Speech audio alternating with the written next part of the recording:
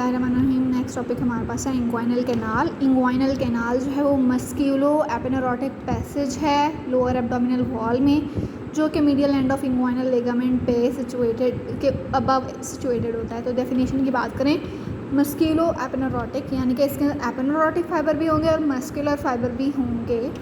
Extent की बात करें तो ये डीप इंग्वाइनल रिंग जो कि हमने कहा था कि फेशियल ट्रांसवर्सैलिस में है, और सुपरफिशियल इंग्वाइनल रिंग जो कि एक्सटर्नल ऑब्लिक का मस्कुलर डिफेक्ट है, एक्सटर्नल ऑब्लिक एपिनेरोसिस में है। डीप रिंग से सुपरफिशियल रिंग तक एक्सटेंड करेगी।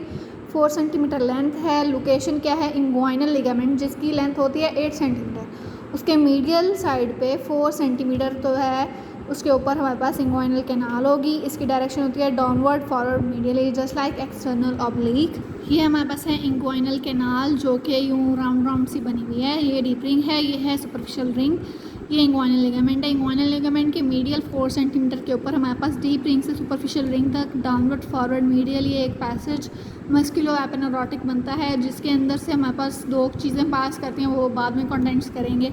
इसको हम कहते हैं इंग्वाइनल कैनाल। बाउंड्रीज़ की बात करें तो हमारे पास एंटीरियर वॉल में सबसे पहले तो आती है स्किन के बाद आता है सुपरफिशियल फेशा, फिर आता है एक्सटर्नल ऑब्लिक का एपिनेरोसिस और इंटरनल ऑब्लिक के फ्लैशी फाइबर्स। कैसे? ये है पैसेज हमारे पास डीप रिंग से सुपरफिशियल रिंग तक इंग्वाइनल कैनाल। ये इसके आगे हमारे पास एक्सटर्नल ऑब्लिक, ये आ गया इंटरनल ऑब्लिक। एक्सटर्नल ऑब्लिक के एपिनेरोटिक फाइबर और इंटरनल ऑब्लिक के फ्लैशी फाइबर्स। ये डीप रिंग के चूँकि एंटीरियरली आ रहे हैं तो ये आएंगे इसके एंटीरियर वॉल में। Skin, superficial fascia, aponeurotic fiber of external oblique and internal oblique के फ्लैशी फाइबर्स। पोस्टीरियर वॉल की बात करें तो पोस्टीरियर वॉल में सबसे पीछे हमारे पास क्या चीज़ होती है? Facial transversalis. फेशियल ट्रांसवर्सैलिस के अलावा यहाँ पे हमारे पास extra peritoneal tissue, conjoint tendon का पार्ट होगा और मीडियली जो है वो रिफ्लेक्टेड पार्ट होगा इंग्वाइनल लिगामेंट का। ये हमारे पास आ गई ना रिंग, तो इसके पोस्टीरियरली ये जो वाइट सा है, ये इस पे लेबलिंग हुई हुई है फेशियल ट्रांसवर्सैलिस की। तो फेशियल ट्रांसवर्सैलिस आ गया इसके बैक साइड पे।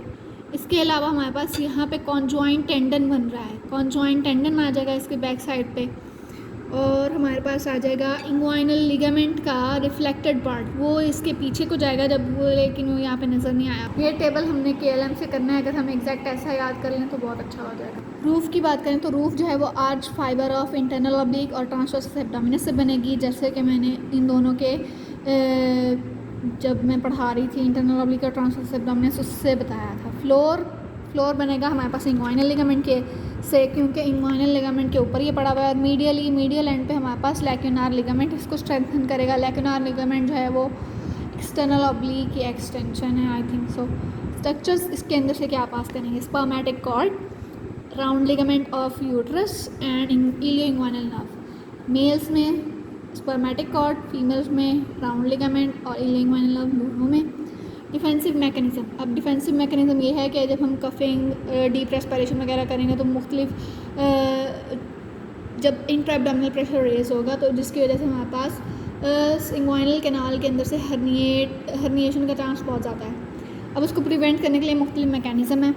फ्लैप वेल मैकेनिज़्म है, इसके अंदर हमारे पास ये है जब प्रेशर बढ़ेगा तो इंटीरियर और पोस्टीरियर वॉल जो हैं वो बहुत नज़दीक आ जाएंगे, जिससे कैनाल जो है वो ब्लॉक हो जाएगा। एक बात होगी ये, इसको हम कहेंगे फ्लैप वेल्व। बॉल वेल्व ये है, क्रीमेस्टर मसल कंट्रैक्ट करेगा, जिससे टेस्टिस जो हैं वो इस रिंग को, सुपरफिशियल रिंग को ब्लॉक कर देंगी। जब ये ओपन पैसेज ये ओपन नहीं होगा तो यहाँ से हर्निएशन नहीं होगी। इसको हम कहते हैं ball valve mechanism.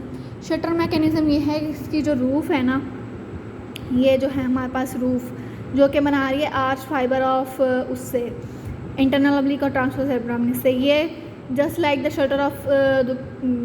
Shutter of shop, जैसे दुकान का शटर यूँ करके क्लोज हो जाता है ऊपर से नीचे करके, तो ये भी इस तरह ऊपर से नीचे होगी और कैनाल जो है वो बंद हो जाएगी। इसको हम कहेंगे शटर मैकेनिज़्म। इसके अलावा कैनाल जो है वो ऑब्लिक है ऑलरेडी, ये हो जाएगा। इसके अलावा स्लिट वेल्व मैकेनिज़्म ये है कि एक्सटर्नल ऑब्लिक जो है वो कॉन्ट्रैक्ट करेगा, जिससे सुपरफिशियल रिंग में ओपनिंग कैसे बन रही थी? एक्सटर्नल ऑब्लिक एपिनेरोसिस से।